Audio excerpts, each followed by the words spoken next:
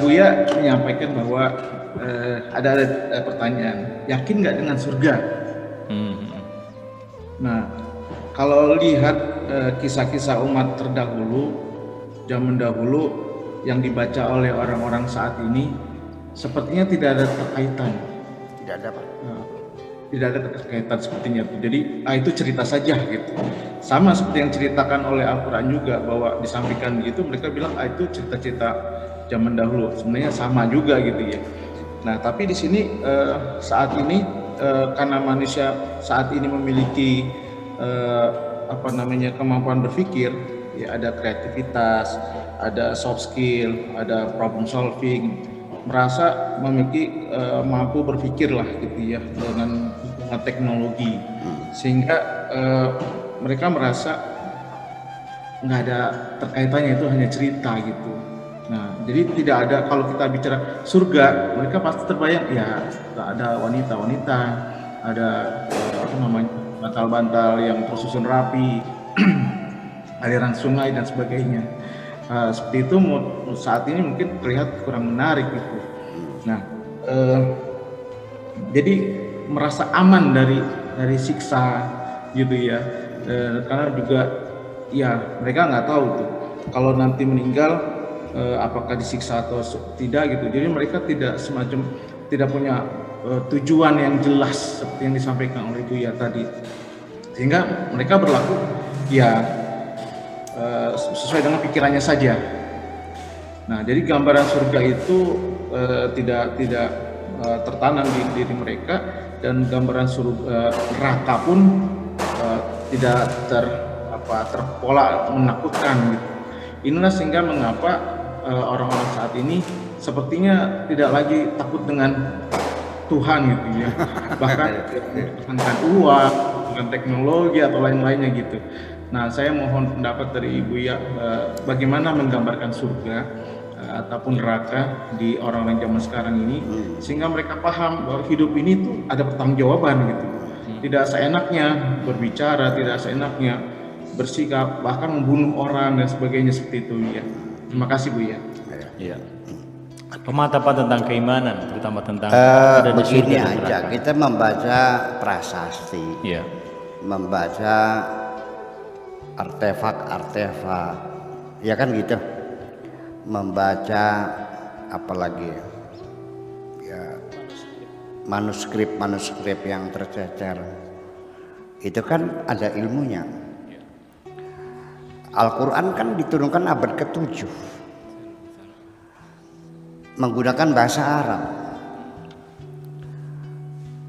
Kita mesti melihat dari sisi perspektif sosiologis. Abad ke-7 waktu itu ada apa? Tidak mungkin Al-Quran diturunkan abad ke-7 yang hidupnya waktu itu hanya tidur di tenda-tenda dari kulit-kulit binatang, belum ada sepatu, belum ada pulpen, nulis juga belum bisa, nggak ada komputer, nggak ada mobil. Kita kembali, kita sudah antropologis lah. Nah, ketika Al-Quran turun kan masih dipahami oleh manusia yang hidup pada zaman itu. Nah, maka tidak mungkin Al-Quran berbicara tentang tadi fisika partikel, tentang foton-foton yang bisa sebagai mengatur gelombang dan sebagainya, ya sebagai partikel-partikel elementer yang gak bakal paham dong. Makanya ketika bercerita tentang surga, ya sesuatu yang ditangkap oleh manusia pada zaman itu. Makanya kan bidadari hurun in maksuratun fil khiyam fabi ayyi ala'i rabbikuma tukadziban, ya itu bidadari yang cantik jelita yang dikerem di tenda-tenda. Apa enaknya di tenda-tenda, di hotel aja digerebek kok. Iya kan, di hotel digerebek kok. Pengen ditindak kan tinggal buka aja tenda, Pak. Jadi kita jangan berpikir. Jadi artinya kemudian di surga juga diceritakan di tengah masyarakat yang hidup di tengah padang pasir. Makanya jangan salah paham. Hidup di tengah padang pasir. ceritakan sorga, ya tentunya secara imajiner itu yang sesuai dengan artinya pemikiran, imajinasi, angan-angan orang yang pada zaman itu. Makanya fi jannatin tajri min tahtil anhar khalidina fi abada, di bawahnya sungai-sungai mengalir. Karena hidupnya di tengah padang pasir. Orang Indramayu malah ketakutan surga seperti itu tuh. Waduh, banjiran lagi dong nantinya. Jadi salah siapa Anda menceritakan surga banyak sungai kepada orang Indramayu? Ya Mubarak mesti belajar lagi dong. Nah, seperti itu. Jadi artinya lalu kita jangan bercerita di surga banyak bidadari, satu orang yang soleh masuk surga dengan bidadari 40 yang cantik-cantik. Satu bidadari punya setapnya 7, satu 7 punya pengawal-pengawalnya lagi. Waduh, 4 kali 7 kali 40 pengawalnya, 40 kali 7 40 berapa itu? Jangan kau ceritakan kepada orang perempuan yang baru masuk Islam dong, mu'alafah.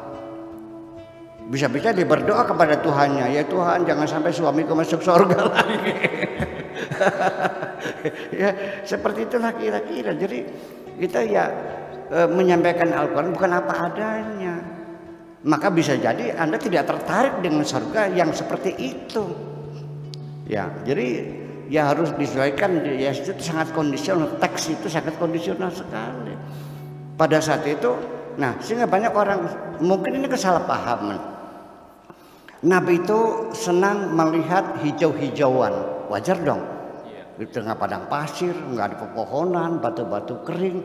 Makanya ketika melihat satu taman oase yang ada di situ ada kehijauan, kan sangat menyenangkan sekali.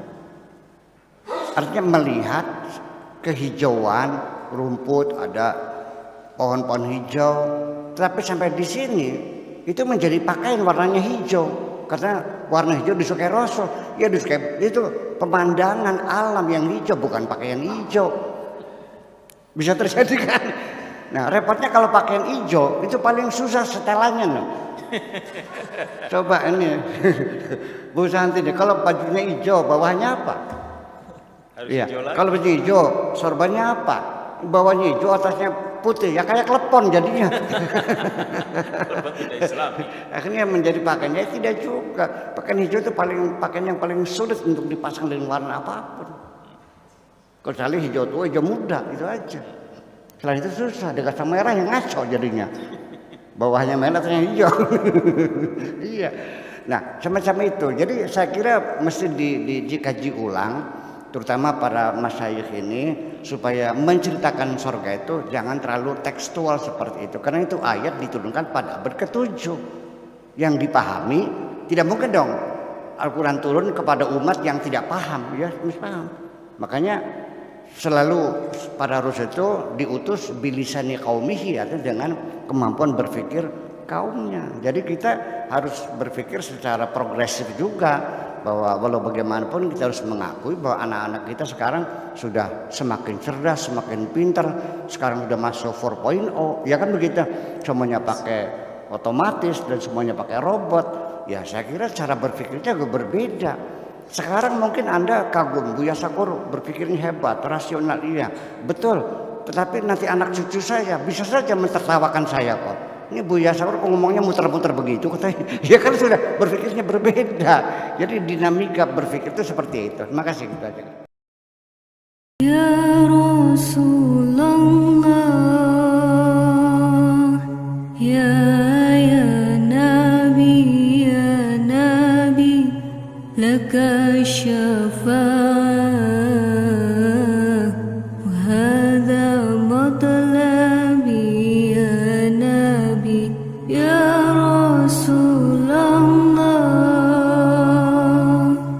ya Nabi, ya Nabi, laka syafa'ah